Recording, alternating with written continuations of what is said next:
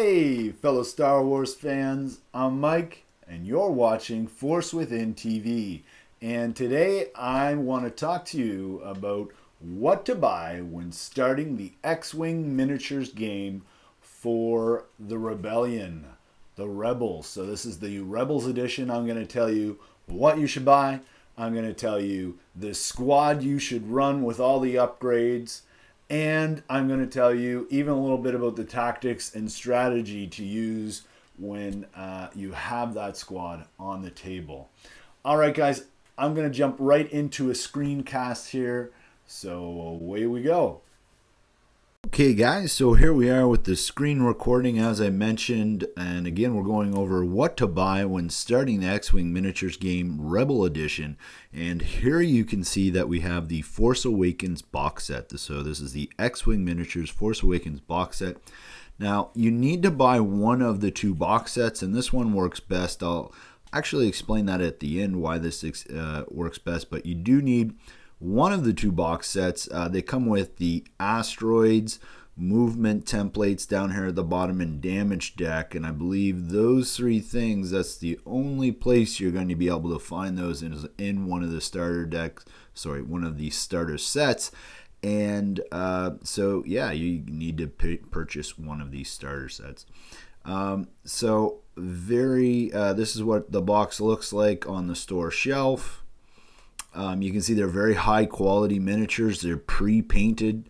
No, you don't have to paint them at all. Saves you some time. I know as a father of three now, I have less time to paint miniatures, so it's always nice to have them pre-painted and looking great. Here's the TIE fighter that comes in there as well. You might actually be able to trade that for more Rebel ships, or sell it online to make back some of the money.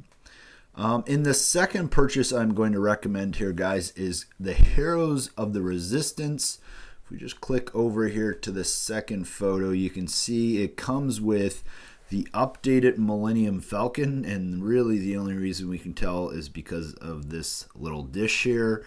And then we have Poe Dameron's black and orange X-Wing, which is looking pretty sexy, of course. And here we have, with this, we get a bunch of tokens.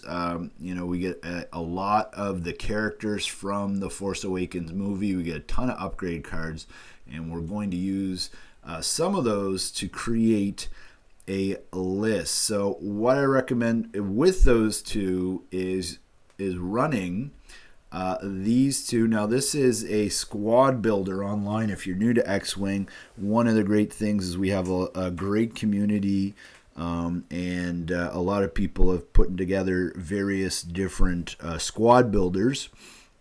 So this one is the unofficial X-Wing miniatures game squad builder. If you just look, I usually just type in build X-Wing or X-Wing builder, and it will come up right in Google.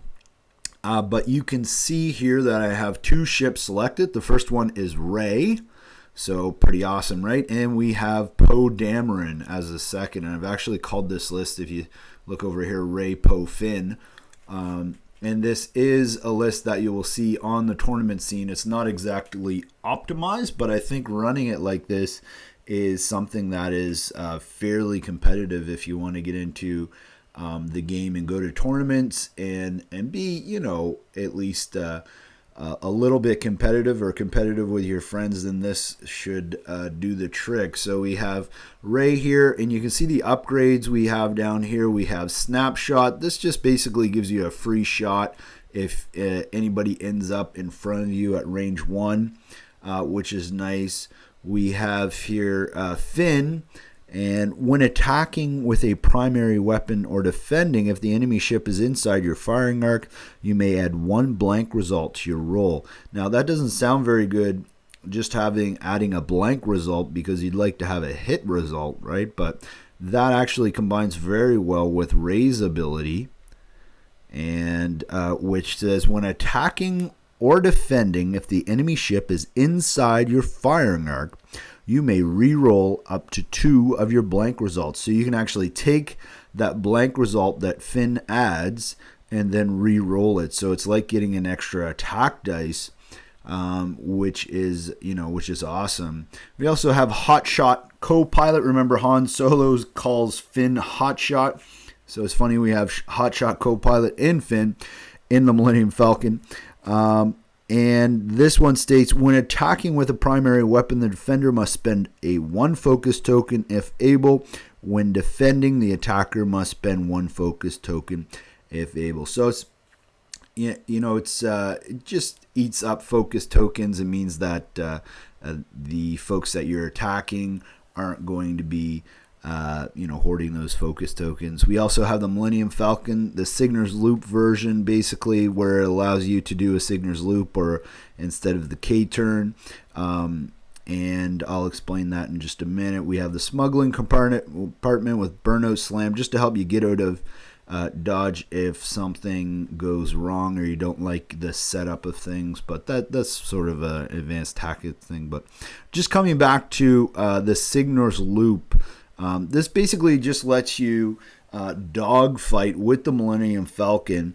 Much like a K-turn. If you've read the rule book, then you'll understand a K-turn basically flips your ship around so that you can get back around into the fight. And a Signer's Loop does that, but on an angle.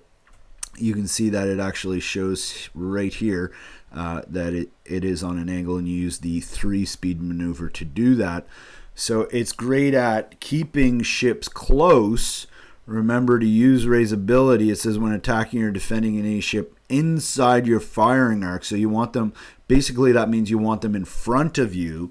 So you can just flip around with the Millennium Falcon and be re-rolling these blank results. So, and then adding an extra attack with Finn, basically, that you can re-roll. So it's very tanky. Rey is actually a very aggressive ship, and with Finn, she becomes very tanky and can definitely take out those opponents, those TIE fighters, like they did in The Force Awakens. Now, Poe Dameron down here is sort of a flanker or someone you want to sit back and sort of chip away at a distance and then leave him for the end game.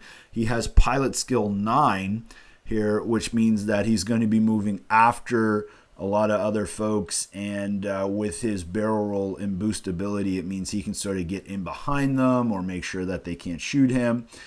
So again, this isn't the totally optimized Poe Dameron, but it is a great one. So I put Black One title on just because we had some extra points. So after you perform a boost or barrel roll action, which you will do quite frequently, you may remove 1 enemy target lock from a enemy ship at range 1. So that's pretty cool if they're close together. We got BB-8. So when you reveal a green maneuver, you may perform a free barrel roll. So that just allows you to position Poe out of the way so that he's not taking a lot of firepower. As you can see, he's got 3 hull and 3 shields, but that can evaporate pretty quickly in X-Wing these days. Proton torpedoes, not an ideal choice for Poe, but it gives him a nice 4 attack, right? 4 attack value, attack at range 2 to 3. You do need a target lock for that, so it might be a little tough to set up, but if you practice your approach, as I will suggest later, it should be pretty doable. We got Prime Thrusters, another great upgrade card from the Heroes of Resistance pack, or expansion, I should say. We got stress tokens do not prevent you from performing boost or barrel roll actions unless you have 3 or more stress tokens. So the great thing there is that Poe Dameron can do a K-turn and then he can boost, which really allows him to get around the table and sort of outflank opponents as well. And then we have Integrated Astromech, which basically gives him an extra hull. He can sacrifice BB-8 and he can cancel a critical hit or something like that. So it just makes him a little bit more survivable. So that's the list. We will come back to some other things in a minute, but let's just talk about tactics here for a second.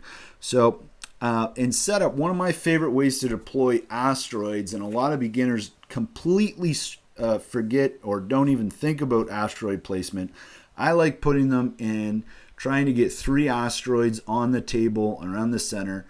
Your opponent might just add on to it, but that'll just allow you to force your opponent to sort of pick one side or the other. So if I'm on this side and my opponent is now either going to pick the left or the right side, they're not going to fly through these asteroids because that's going to do them damage, right? So you can see that I have the Falcon and Poe. I don't have the black Poe yet. So set up here, and they're just going to swing around. So the Falcon's going to swing around up here. Poe's going to come around over here, okay, and then they'll sort of like a pinching maneuver, and that allows hopefully for Poe to stay out of fire any fire lanes, and Rey is going to be eating up the majority of the damage because she is the tank. She can take more damage, and she can really dish the damage out, and then Poe can sort of be chipping away. One of the big things that a lot of beginners in X-Wing do not do is they don't focus fire. So make sure that you pick your target priority. In this instance, if this is say Corran Horn and an E-Wing who's I would definitely go after him first. He can put out the most damage, right? So I would shoot him with Poe, and I would shoot him with Rey, and then I would worry about these guys. But generally, and then from there, Rey's going to end up maybe doing a Signor's loop, flip back around. Poe could either sort of come up here and around again, kind of staying out of the way, or he could come through and K-turn over here, hopefully trying to stay out of firing arcs as well. So that's the general gist of the list, guys. Just making sure that Rey is your tank. She's taken most of the firepower, most of the shots, and can really dish it out. You just got to get her in there, and she can do a heck of a lot of damage. So if we just head back here to Chrome for a second, the next thing I suggest you get is a T-70 X-Wing expansion, and what that's going to allow you to do is it's going to give you another integrated astromech, and then you will actually have 3 of those X-Wings that you can use as well. So you can, that's a great list. If you run Poe Dameron, Elo Asti, and any of the other X-Wing pilots, that's going to be a great combination, and can definitely win some games.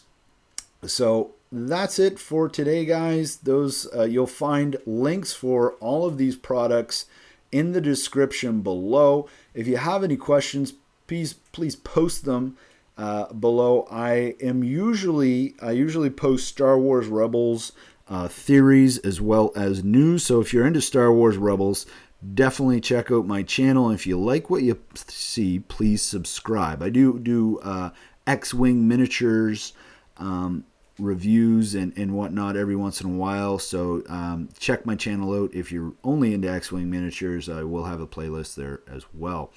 Thank you so much for watching, guys. May the Force be with you always.